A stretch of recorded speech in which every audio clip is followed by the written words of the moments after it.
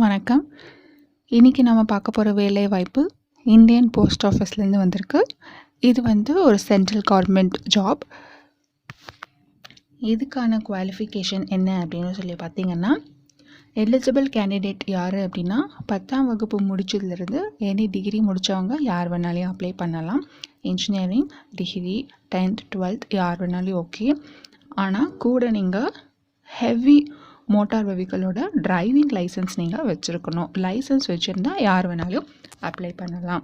So vacancy எவ்வளோ இருக்குது அப்படின்னு பார்க்கும்போது 11க்கும் மேற்பட்ட வேக்கன்சி இருக்குது. இது சென்ட்ரல் கவர்மெண்ட் வேக்கன்சின்றதை நினைவில் வச்சுக்கோங்க. ஏஜ் லிமிட் பார்த்திங்கன்னா மினிமம் எதுவும் மென்ஷன் பண்ணலை. மேக்ஸிமமாக 56 வயசு இருக்கிறவங்க யார் வேணாலும் அப்ளை பண்ணலாம். ஸோ நீங்கள் லைசன்ஸ் வச்சுருந்தீங்கன்னா எந்த வயசு வேணாலும் இருக்கலாம். ஆனால் டிகிரி கம்ப்ளீட் பண்ணிவிட்டு ஒரு லைசன்ஸ் கூட வச்சுட்டு இருந்தீங்கன்னா இதுக்கு எலிஜிபிள். சேலரி பார்த்திங்கன்னா உங்களுக்கு ஆரம்பம் 19,000லேருந்து 63,000 வரைக்கும் உங்களுக்கு ஒரு மந்த்லி சேலரி இருக்கும். எப்படி அப்ளை பண்ணணுன்னா, இது ஆஃப்லைன் தான். உங்களுக்கு நோட்டிஃபிகேஷன் இருக்கும். நோட்டிஃபிகேஷன் கீழேயே உங்களுக்கு அப்ளிகேஷன் ஃபார்ம் இருக்கும். அதை ஃபில் பண்ணி நீங்கள் சென்ட் பண்ண வேண்டியதாக இருக்கும். அப்ளிகேஷன் ஃபீஸ் பார்த்திங்கன்னா எந்த ஃபீஸுமே கிடையாது. அதனால் லைசன்ஸ் உங்களுக்கு இருக்குது அப்படின்னா கண்டிப்பாக நீங்கள் கவலைப்படாமல் அப்ளை பண்ணலாம். செலெக்ஷன் பார்த்திங்கன்னா ரிட்டன் எக்ஸாம் அண்ட் இன்டர்வியூன்னு சொல்லியிருக்காங்க. என்னை பொறுத்தவரைக்கும் ரிட்டன் எக்ஸாம் இருக்காது. நீங்கள் அப்ளை பண்ணுறத பார்த்துட்டு டாக்குமெண்ட் வெரிஃபை பண்ணி அப்படியே கூப்பிடுவாங்க. மேபி அங்கே ஹில் டெஸ்ட் மட்டும் இருக்கிற மாதிரி இருக்கும். அதாவது நீங்கள் அந்த லைசன்ஸ் வச்சுருக்கீங்கள, அதனால் வண்டி ஓட்டி காமிக்கிற மாதிரி மட்டும்தான் இருக்குன்னு நான் நினைக்கிறேன்.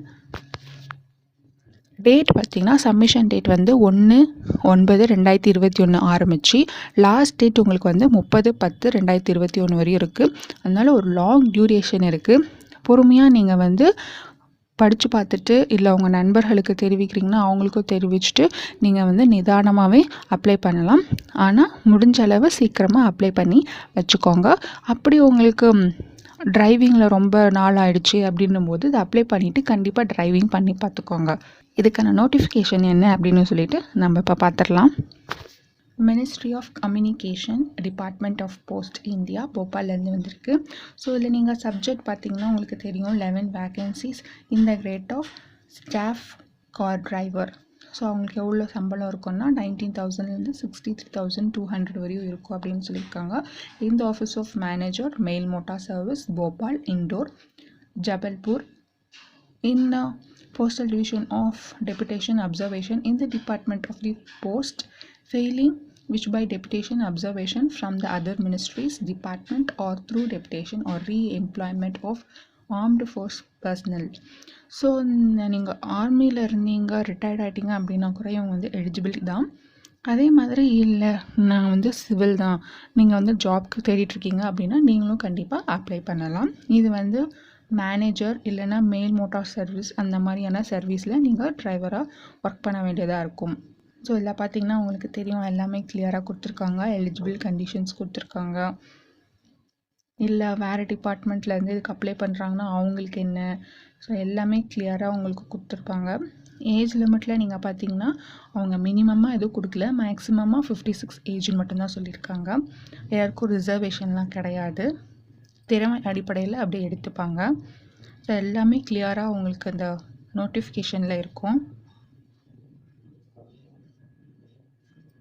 அதுக்கு கீழே பார்த்திங்கன்னா இதுதான் உங்களுக்கு அப்ளிகேஷன் ஃபார்ம்.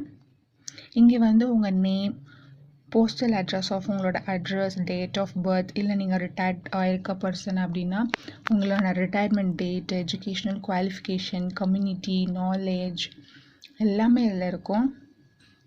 உங்களுக்கான எக்ஸ்பீரியன்ஸ் எவ்வளோ இருக்குது, எக்ஸ்பீரியன்ஸ் இருந்தால் எவ்வளோ வருஷம்னு மென்ஷன் பண்ண சொல்லியிருக்காங்க. எக்ஸ்பீரியன்ஸ் இல்லாதவங்களும் அப்ளை பண்ணலாம்.